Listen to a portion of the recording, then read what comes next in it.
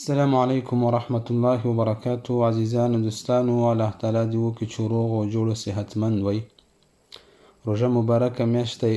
پروردګار عالم دې د ټولو مسلمانانو عبادتونه قبول کړي. عزیزانو، عبادت په شریعت کې دوه تاثیره لري، ډیر مهم دی. د عبادت یو تاثیر یو روی اجر او ثواب دی، یو تاثیر تربیتی دی چې ډیر فرق لري. که سړی سورة اخلاص قل هو الله احد تلاوت کړي، د اجر د رویه داسې دی لکه د قرآن کریم دریمه حصه چې تلاوت کړي. خو د تربیت د رویه بیا داسې نه دی. عزیزانو، موږ همیشه اجر ته ډیر ګورو. ته خپل فکر وکړه، که یو سړی په ځواني کې قرآن کریم را اخلي، تلاوت کوي، ترجمه یې ګوري، غور او فکر پې کوي، نو د تربیت د اړخه بیا ډیر فرق لري نسبتا د اجر ده. ته دریمه حصه د قرآن کریم تلاوت کوي، ترجمه یې ګوري، دا په تا باندې ډیر تاثیر کوي. که یو سړی د شپې لمونځ په جمع وکړي جومات کې، د اجر دوریه داسې دی لکه نیمه شپه یې چې عبادت کې تیر کا. سړی سهار لمونځ هم په جمع وکړي، د اجر تاثیر دغه وي لکه ټوله شپه یې چې په عبادت کې تیر کا. خو تربیتی تاثیر نه. سوال دا پیدا کیږي، که یو سړی ټوله شپه په عبادت کې تیر کی، نو تربیتی تاثیر نسبتا ډیر دی او د تربیتی تاثیر ډیر مهم دی. هر وخت عبادت دوه تاثیر لري، یو اجر او ثواب، بل تربیتی تاثیر چې ډیر مهم دی. دویم شی عزیزانو، په ټول ژوند کې، په ځواني کې خاص کار، بیا په دغه میاشت کې ذکر ډیر مهم دی. غلطو خبرو نه سړی پې منې وي، د فضولو مجلسو نه، د ډیرو خبرو نه سړی پې منې وي. او څومره مهم شی دی چې الله تعالی یو انسان ته توفیق ورکوي بیا په ځواني کې چې الله تعالی یاد کړي. فذکرونی اذکرکم واشکروا لی ولا تکفرون. ما یادوي، ما په یاد ساتئ، زه به تاسو یادوم، په یاد به مو ساتم. ما احسان ومنئ، ناشکري مه کوئ. الا بذکر الله تطمئن القلوب. دا خبره واورئ، په دا خبره هم سر خلاص کړئ چې د الله په یاد باندې زړونو ته سکون حاصلیږي، اطمینان حاصلیږي. یا ایها الذین آمنوا اذکروا الله ذکرا کثیرا. یا خلکو چې ایمان مو راوړی، الله تعالی به حده ډیر ډیر یادوي. نبی صلی الله علیه وسلم ښایسته مثال ورکړی دی. وایي هغه څوک چې الله یادوي، هغه څوک چې الله تعالی نه یادوي، داسې دی لکه مړی وژوندی. مړی دا معنا نه چې شخه کې کفن ورکړي او غسل ورکړي، نه. مړی دا معنا چې تا سره به په کور کې وي، په مجلس کې وي، چې گیجه او ټیټیږي به در سره، خو چې الله نه یادوي، باوجود دغه ټولو چې کوي زړه یې مړ دی. سبحان الله، زړه یې مړ دی. او ذکر څه معنا؟ ذکر دا هم نه ده چې سړی خلی په ژبه باندې لا اله الا الله، لا اله الا الله، یا الله الله، فکر په نورو ځایو کې مصروف وي، ذهنیت دې جوړ نه وي. ذکر په باره کې ټولو نه مهم دغه دی چې دا غلط تصور دی د موږ د افغانانو اکثرو سره، چې زه باید د چا نه پوښتنه وکم، چې اجازت وغواړم چې آیا زه ذکر وکم که نه.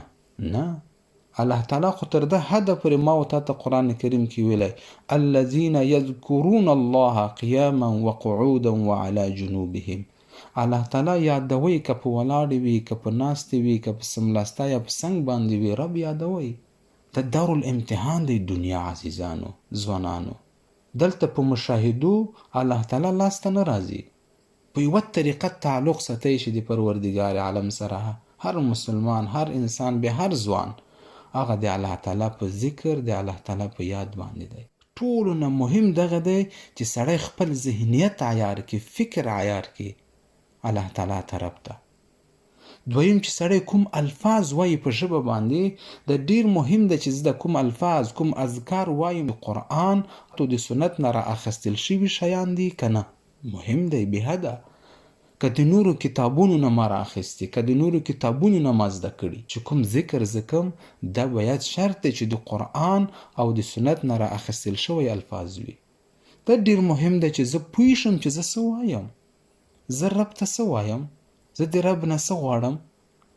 ورسره یې ما ذهنم او فکر هم دغه سره دی چې د زه څه وایم.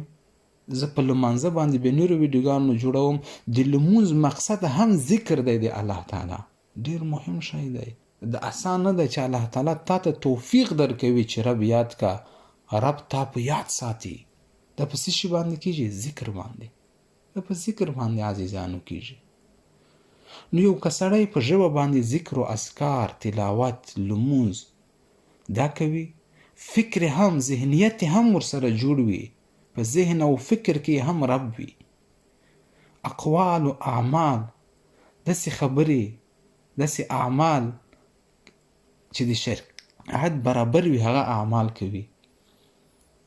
یو انسان د حتی یو وخت کې رسیږي چې د مځکې او د اسمان د مځکې په سر چې څه ویني، اسمانونو کې چې څه ویني، دغه یو ذات ور یادېږي، پروردګار عالم، ځکه چې الله تعالی د ټول کائنات خلق کړی، پیدا کړی دی، هغه د ټولو کائناتو خالق رب دی. او 2 نفره په لار روان وو عزیزانو، نو د سمن بازي دکان ته ورسېدل. یو نفر وژړل، بل ورته وایي ولې ژاړې؟ وایي 5 کاله مخکې زه مې د زوی سره دلته راغلی وم، دغه دکان نه څه سامان بازي غوښته، بیا ما ورته ویل چې ته سبا سفر لرې، چې د سفر نه راشې بیا یې زه درته کوم.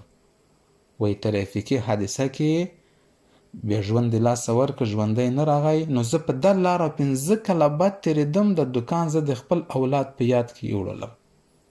که دغسې زه ورته الله تعالی یادوو په ځواني کې، په ژبه باندې فکر مو هم وي، غور او فکر هم کوو، ذکر و اذکار تلاوت هم کوو، یو وخت کې دغه ځای ته رسیږو چې د مځکې په سر چې څه دي، اسمانونو کې چې څه دي، چې زه و تا یې ګورو، ما و تا ته الله تعالی یادېږي. دی ما په نظر ذکر دی. السلام علیکم ورحمة الله وبرکاته.